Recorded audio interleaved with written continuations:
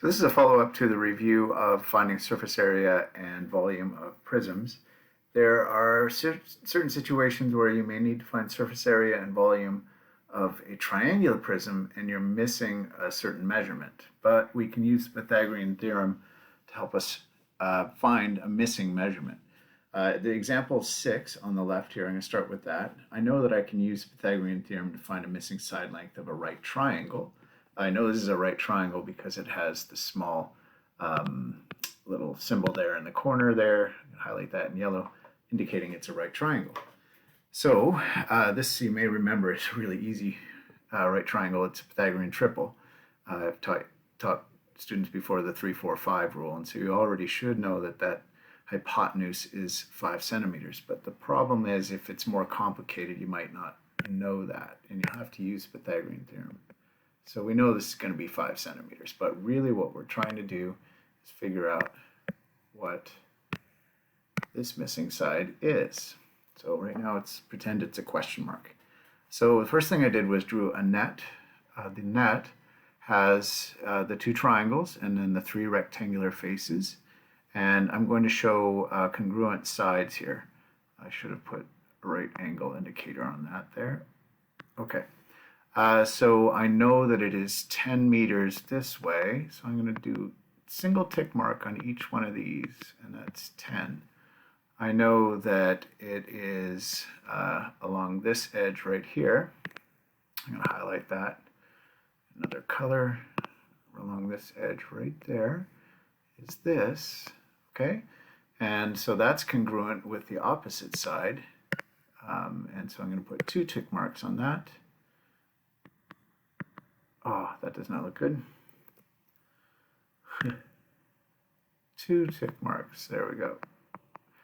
And I know that this side right here, which is the height of it, is 3. And so I'm going to put this one is the same as opposite over there. Now the interesting thing is here, if you look at these sides here, they are going to meet up. So this must also be 3. This meets up with this. This must also be 3. And now we have that missing hypotenuse measurement, which is over here. Whatever it turns out to be, it has to match up with this side. Ugh, my tick marks are terrible. Okay, so now we have our congruency marks, and now we just need to find the missing side length. So the missing side length of the triangle is the hypotenuse of a right triangle. And so we're going to understand that the legs are 3 meters and 4 meters. So we write out our Pythagorean theorem, and that's right here. And now we just substitute. A and B are the legs, doesn't really matter which one is which. And we know that we're solving for C. So replace A and B with 3 and 4. And then that gives us 3 squared plus 4 squared is equal to C squared. And then simplify that to 9 plus 16 is equal to C squared. 25 is equal to C squared. And this final step here, I like to show it, a lot of people don't, but that I can unsquare C squared to give me C. I don't want C squared as an answer, so I unsquare by taking the square root of C squared, and that gives me C. And I take the square root of 25. In algebra, you always do the same thing to both sides to maintain equivalency, and that gives me 5 is equal to C. So our missing side length is 5. So now this is just a matter of finding the area of the 2 triangles and adding it to the area of the 3 rectangles. So now we know our missing information here. I can do some labeling on my diagram. So we know that this one was 10, this one was 3. Oh, I didn't label 4. Okay, well 4 was here. This one was 4. And now our missing side length is 5. So that gives us all kinds of information. We know that this is now a 10 by 5 rectangle. That's supposed to be a 5. This one is a 3 by 10, which we already knew. And this one is a 4 by 10. Okay, So now we know also the height of our triangle is already established, so that's really great. We didn't need that, but we're going to do the area of the triangles is equal to base times height divided by 2 times 2, because there are 2 of them. So our base of the triangle is 4 times the height, 3, divided by 2 times 2 will equal 12 square meters. Okay, and then the area of the other rectangles, first one we'll just say 10 by 5, that's 50. We'll do 4 by 10 by 4, 4 by 10, whatever, 40, and 10 by 3, 30. Okay, if we add all that up, we get 132 square meters. Okay, now let's move on to the next one. This one in the example, can't seem to move my page. In the example, it says use the Pythagorean theorem to find the volume. So that's even a little simpler than just finding the surface area. But this one doesn't have a right triangle in it. It has something called an isosceles triangle. But because it's an isosceles triangle, and you know it's isosceles because of the 2 congruency marks here, and I'll highlight those in yellow.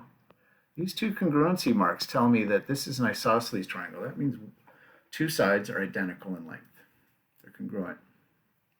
So if you look at this base of this triangle, 20 centimeters, if I were to measure height from the peak of the triangle straight down, that height measurement there would bisect or cut in half the base. And that would mean that on each side of that, we'd have 10 and 10. So I could just look at this as one right triangle right over here that has a leg of 10, an unknown leg, which is the height, and that's what I'm trying to figure out here, and then I have a hypotenuse of 12.5.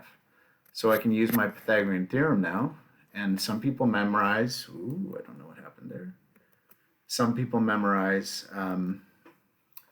the a squared plus b squared equals c squared and just use algebra to solve for an unknown, or they memorize that c squared minus a squared is equal to b squared, or c squared minus b squared is equal to a squared, whatever.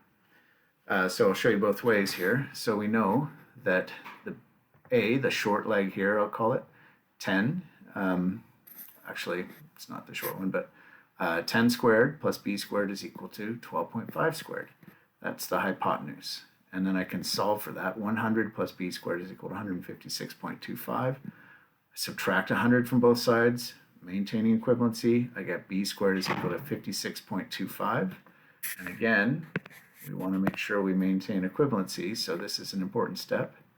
I like to show every step what we're doing. I take the square root of b squared to get to b, and I take the square root of 56.25 to maintain equivalency. And now I get what b is instead of b squared. B is 7.5.